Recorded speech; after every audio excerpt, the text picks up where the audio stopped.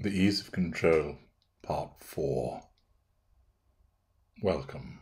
I'm H.G. Tudor, continuing to help you understand the way that the mind of the narcissistic psychopath operates and functions with regard to gathering information about the way that my victims behave and regard certain situations, events, and occurrences, thus arming me more effectively to get under the bonnet, to get under the hood, to learn more about what makes those victims tick.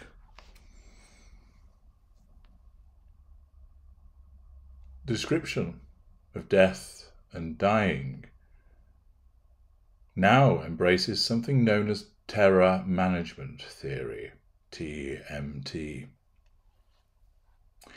This refers to the existential ground of human life. Basic compounds of this theory are relations between mortality experience with the fear of death and the formation of defensive mechanisms to mitigate such a fear. I do not experience fear, anguish, or anxiety.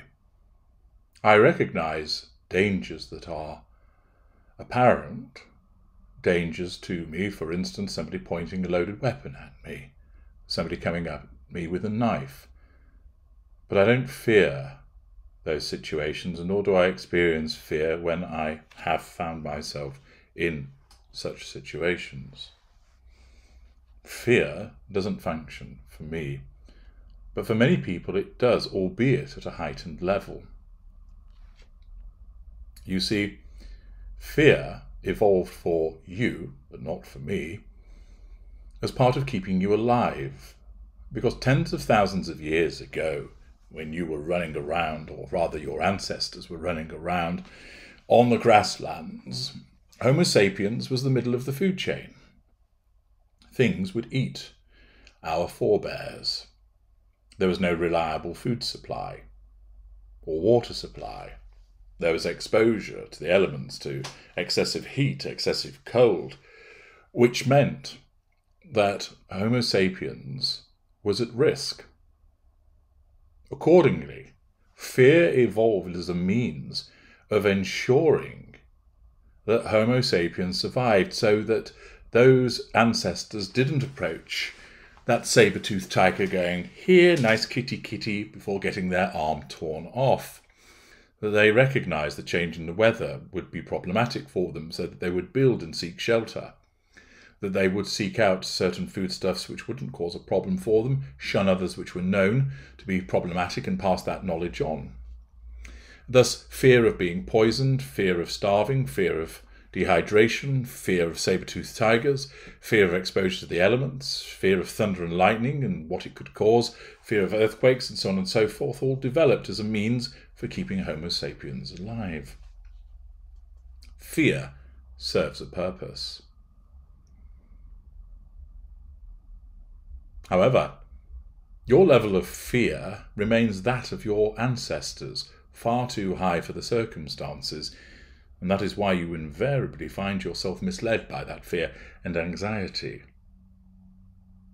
That is preyed upon by your emotional thinking, but that is a topic for discussion on another day.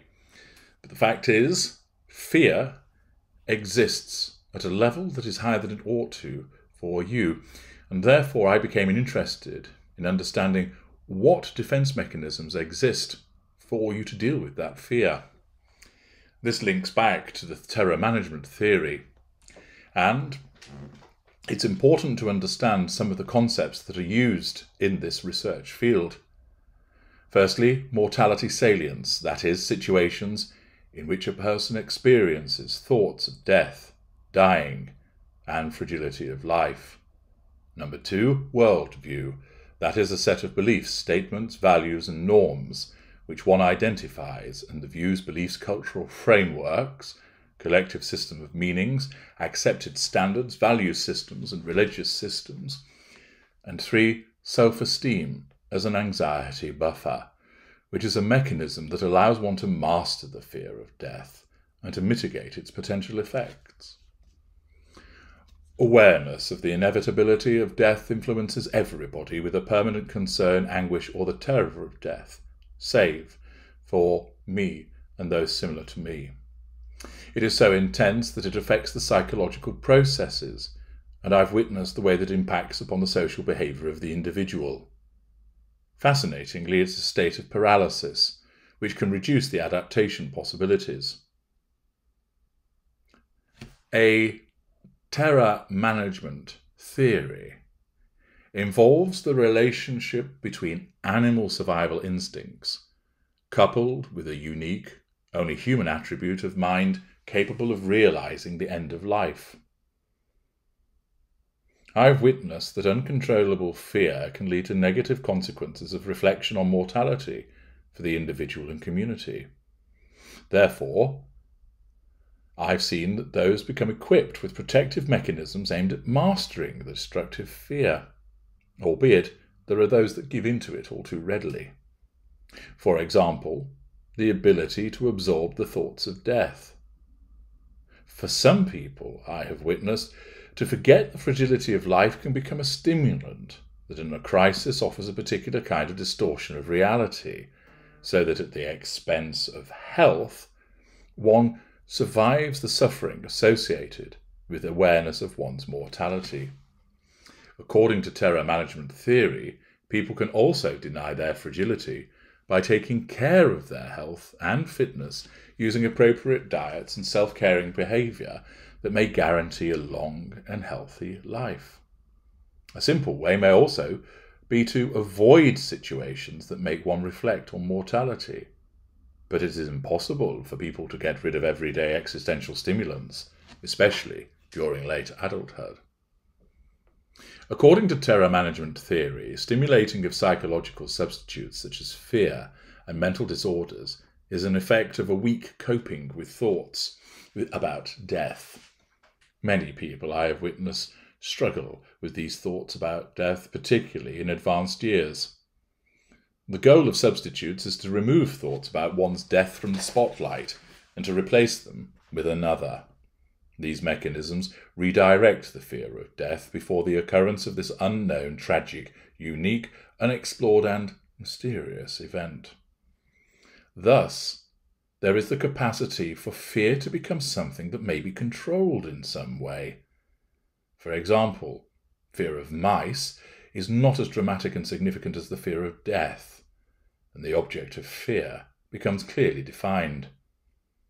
However, according to terror management theory, the most important strategies and buffers to mitigate the fear of death are measured to increase self-esteem and to appeal to patterns existing in a given culture. The internalized cultural pattern has an effect on the structuring of the personality of the individual and its function in society. The standards of a particular worldview are the basis for calming anxiety and a guarantee of security because the activity, according to the cultural standards, ensures symbolic immortality.